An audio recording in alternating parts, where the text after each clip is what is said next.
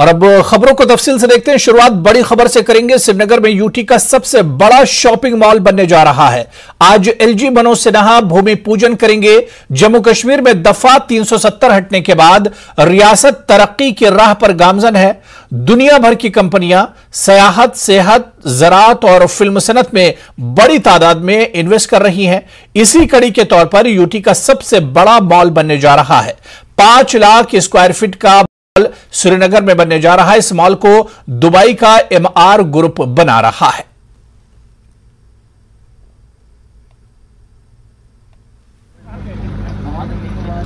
कश्मीर में आज एक बड़े फॉरेन डायरेक्ट इन्वेस्टमेंट प्रोजेक्ट की संग बुनियाद रखी जाएगी। भूमि पूजन का प्रोग्राम है सेमपोरा श्रीनगर में, यानी मेन श्रीनगर से 10 किलोमीटर दूर। यहां पे 2 बड़े प्रोजेक्ट है। एक मॉल बन रहा है, मॉल ऑफ श्रीनगर, जो एमआर है। एमआर कंपनी यूएई की एक बड़ी कंपनी है जो यहां पे मॉल बनाएगी, और साथ में एक मल्टीपर्पज टावर बन रहा है। ये जो प्रोजेक्ट है, ये जो पूरी जमीन है, इसका नजारा आपको दिखाना चाहेंगे। बहुत ही खूबसूरत इसकी टोपोग्राफी है। 10 लाख स्क्वायर फीट का पूरा प्रोजेक्ट है। बहुत ही खूबसूरत, आपको दिखाना चाहेंगे सेमपोरा में किस खूबसूरत जगह पे ये बन रहा है।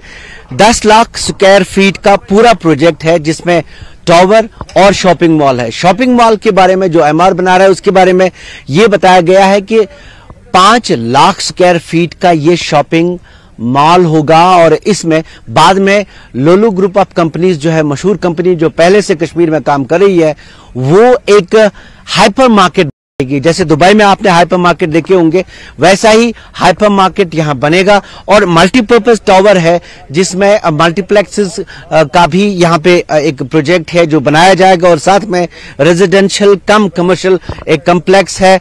साथ में कुछ और प्रोजेक्ट्स हैं जिनके बारे में अभी साफ नहीं है, लेकिन एक बहुत बड़ी इन्वेस्टमेंट है, फॉरेन डायरेक्ट इन्वेस्टमेंट। गवर्नमेंट का जो एक्चुअली लक्ष्य है, वो जो हदफ उनका है, वो 75,000 करोड़ रुपए की इन्वेस्टमेंट का है जम्मू एंड कश्मीर में। और उसमें जो लेफ्टिनेंट गवर्नर पहले ही कह चुके हैं कि 66,000 करोड़ रुपए की पहले ही उनको आमद हुई है, यानी लोगों ने उसकी इंटेंट जाहिर की है और उसके लिए बाकायदा उन्होंने अप्लाई किया हुआ है। ये पहली बहुत बड़ी कश्मीर में डायरेक्ट इन्वेस्टमेंट होगी जिसपे काम शुरू होगा, और बहुत ही खूबसूरत ये जगह है जिसका जोग्राफिया हम कहेंगे बहुत ही खूबसूरत है। यहां पहले एक कुछ फैक्ट्रीज थी सरकारी जो बाद में बंद हो गई थी। 10 लाख स्क्वायर फीट का पूरा प्रोजेक्ट है जिसमें ये शॉपिंग मॉल भी शामिल है। आफाक शाह के साथ शब्बीर अहमद, न्यूज़ 18 श्रीनगर।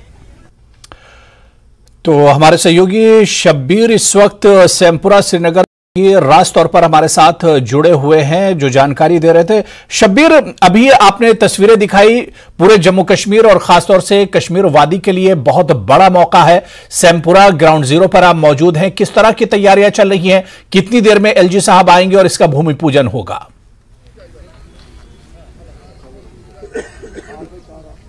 देखिए, आपको दिखाना चाहेंगे इस वक्त यहाँ पे क्या हो रहा है। एक्चुअली सब तैयारियां हैं और लास्ट मिनट की जो तैयारियां हो रही हैं वो इस वक्त हो रही है। 10 बजे का प्रोग्राम है अभी भूमि पूजन का, और आमतौर पे जो लेफ्टिनेंट गवर्नर है वो वक्त पे आते हैं और यहाँ पे भूमि पूजन होगा।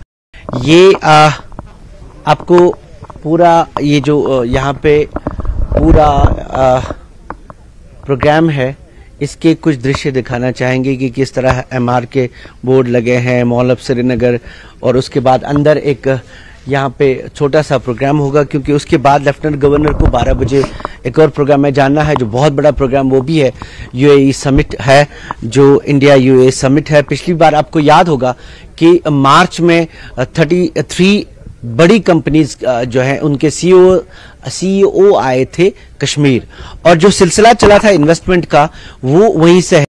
असल में जनवरी 2022 में जो एलजी मनोज सिन्हा जो गए थे वो दुबई गए थे, उन्होंने इनवाइट किया था इन्वेस्टमेंट के लिए जम्मू कश्मीर में, और तब से एक काफी लोगों ने इंटेंट जाहिर किया है जो हमें पता चला है, और गवर्नमेंट सोर्सेज ने साफ तौर पे कहा भी है।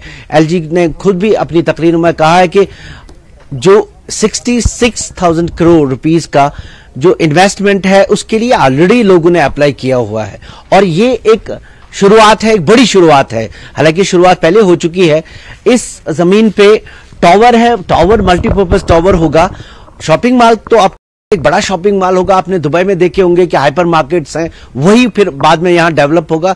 और जिस जगह पे ये है, ये मेन शाहराह है, यहां पे जहां से गुजर के पूरे टूरिस्ट जाते हैं और श्रीनगर जाते हैं, सिर्फ 10 किलोमीटर की दूरी से श्रीनगर की। और बहुत ही खूबसूरत टोपोग्राफी जो आपको मैं अभी बता रहा था, लास्ट मिनट की तैयारियां हैं, थोड़ी देर में भूमि पूजन होगा। और सबसे बड़ी बात यह कि जो इन्वेस्टमेंट्स का सिलसिला है, फॉरेन डायरेक्ट इन्वेस्टमेंट्स का, वो अब उसमें तेजी दिखा रही है। और सरकार का यह मानना है कि 6 से 7 लाख लोगों को रोजगार मिलेगा, क्योंकि मकसद इन लोगों का ज्यादातर यही है कि जो रोजगार को मिले और उससे डेवलपमेंट हो, साथ साथ में इन्वेस्टमेंट जब आती है एक इलाके में, जब से गवर्नमेंट ने ये दिखाना शुरू कर दिया कि यहां पे पीस प्रिवेल कर रहा है, काफी जो बाकी चीजें हैं वो खत्म हो चुकी हैं, जिनका डर रहता था आमतौर पे इन्वेस्टर्स को, वो अब खत्म हो रही है। और एक अच्छे तरीके से लोग यहां पे इन्वेस्टमेंट करना चाहते हैं। और यूएई को चूज किया गया क्योंकि वो लोग इस एरिया में, आपको हुरारा बता दूं, ये जो कश्मीर है ये इकोनॉमिकली भी फ्रेजाइल है। जम्मू रीजन में इंडस्ट्रीज बड़े पैमाने पे लग सकती है, जिनको हम हेवी इंडस्ट्रीज कहते हैं। यहां पे जो है, यहां पे ज्यादातर सर्विस सेक्टर लगेगा। यहां पे प्रोग्राम जो है सरकार का, जो इन्वेस्टर्स हैं वो आ रहे हैं, वो बड़े बड़े यहां पे हॉस्पिटल्स बना रहे हैं, वो यहां पे ऐसे होटल्स बना रहे हैं। यहां पे भी एक 5 स्टार होटल का प्रोजेक्ट है, साथ में टावर्स है, एक शॉपिंग मॉल है। तो सर्विस सेक्टर को J&K में ज्यादा तरजीह दी जा रही है, इसलिए कि यहां पे इकोलॉजिकली बहुत ही फ्रेजाइल जोन है। और मतलब सरकार का ये है कि यहां का जो एनवायरनमेंट माहौल है वो भी बचा रहे और यहां इन्वेस्टमेंट भी हो और लोगों रोजगार भी मिले। और बिल्कुल शब्बीर, बिल्कुल सही आपने बताया कि जम्मू कश्मीर के आवाम के लिए आज का यह दिन बहुत बड़ा दिन है। और क्योंकि जिस तरह से इतना बड़ा इन्वेस्टमेंट किया जा रहा है, शॉपिंग मॉल और मल्टीपर्पज टावर बनेगा, इसमें रोजगार के मौके भी पैदा होंगे। शब्बीर, 10 बजे जब बाकायदा इसका भूमि पूजन होगा तो इस पर और तफसील से हम आपसे बातचीत करेंगे, इस पर और डिटेल से आपसे बातचीत करेंगे। बहुत बहुत शुक्रिया हमारे साथ इस खबर पर जुड़ने के लिए और अपडेट करने के लिए। चलिए आगे बढ़ेंगे। एलजी मनोज सिन्हा ने कहा है कि वैष्णो देवी श्राइन पर मुजव्वजा रोपवे प्रोजेक्ट पर कटरा के बाशिंदों के खदशात को दूर करने के लिए एक कमेटी तश्कील दी गई है। यह कमेटी इस प्रोजेक्ट को शुरू करने से पहले मकामी दुकानदारों की तजावीज लेगी।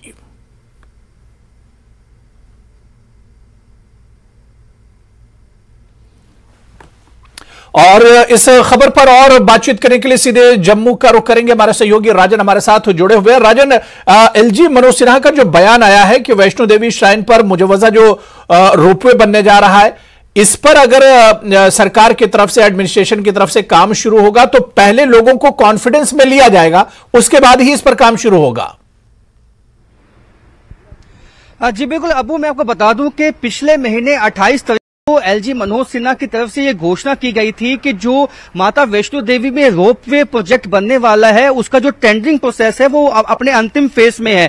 जिसके बाद हमने कई प्रोटेस्ट जो है कटरा टाउन में देखे, क्योंकि लोगों का ये कहना था कि यदि ये रोपवे प्रोजेक्ट बनता है तो उनका जो कामकाज है, जो उनकी रोजी रोटी है, उस पर जो है खदशात पैदा होंगे, वो ठप हो सकता है।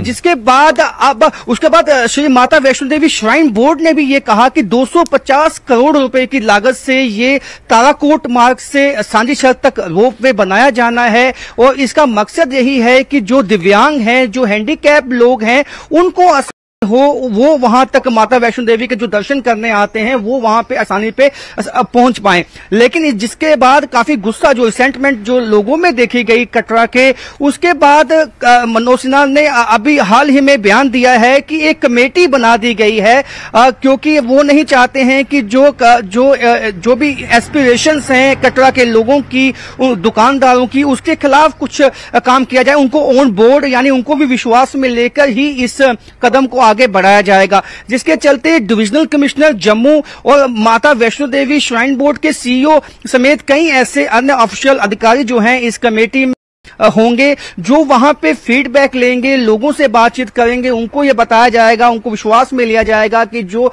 जब ये रोपवे प्रोजेक्ट बनेगा तो पहले से ज्यादा जो श्रद्धालु हैं वो देश से यहां पे पहुंचेंगे, उससे उनको भी फायदा हो सकता है। तो लेकिन जो खदशात लोगों के मन में है उसको दूर करने के लिए अब एक लचीला रवैया जो है वो एलजी प्रशासन ने अपनाया है और इस कमेटी को फ्रेम किया है। अब ये कमेटी अपनी रिपोर्ट जो है फीडबैक लेने के बाद एलजी मनोहर सिन्हा को सौंपेगी, जिसके बाद ही फाइनल जो फैसला है इस रोपवे प्रोजेक्ट पे वो लिया जाएगा।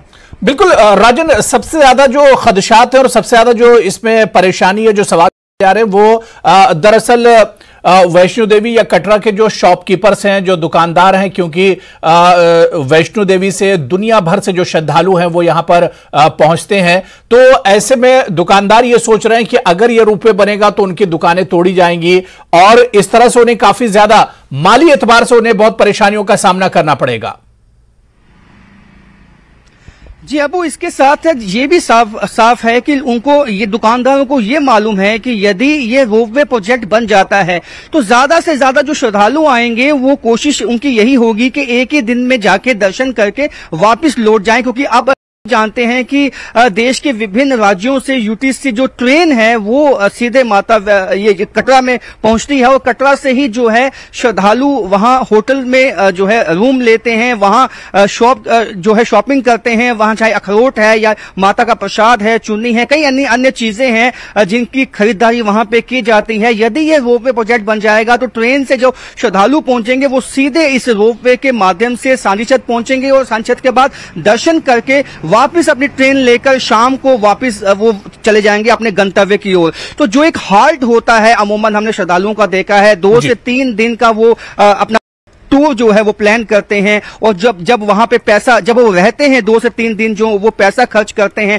तो वो सब वहां के ही लोकल लोगों की, कटरा के लोकल लोगों की जेब में ही जाता है, उनको ही इसका फायदा पहुंचता है। तो खदशात ये है कि जो घोड़े वाले हैं, जो पिट्ठू वाले हैं, उनको भी काफी इससे जो है खदशात हैं कि उनका काम भी ठप हो सकता है कि जब रोपवे प्रोजेक्ट बनेगा तो जो घोड़े वालों का इस्तेमाल करते हैं या पिट्ठू वालों का इस्तेमाल करते हैं वो कहां जाएंगे। तो कई तरह के खदशात हैं जिनको जो मकामी लोग हैं, जो छोटे मोटे जो कारोबारी हैं, उन्हें सबसे ज्यादा एक तरह से खदशात पेश आ रही है और इसी वजह से एलजी मनोहर सिन्हा ने कहा है कि बाकायदा एक कमेटी बनाई गई और यह कमेटी प्रोजेक्ट को करने से पहले तमाम तरह की जो तजाविजात हैं वो एक तरह से लेंगे और इस तजवीज के बाद ही इस पर कोई कदम उठाया जाएगा। बहुत बहुत शुक्रिया राजन मैद हमारे साथ इस खबर पर जुड़ने के लिए और बातचीत करने के लिए। तो चलिए यहां पर रुकेंगे फिलहाल छोटे से ब्रेक के लिए।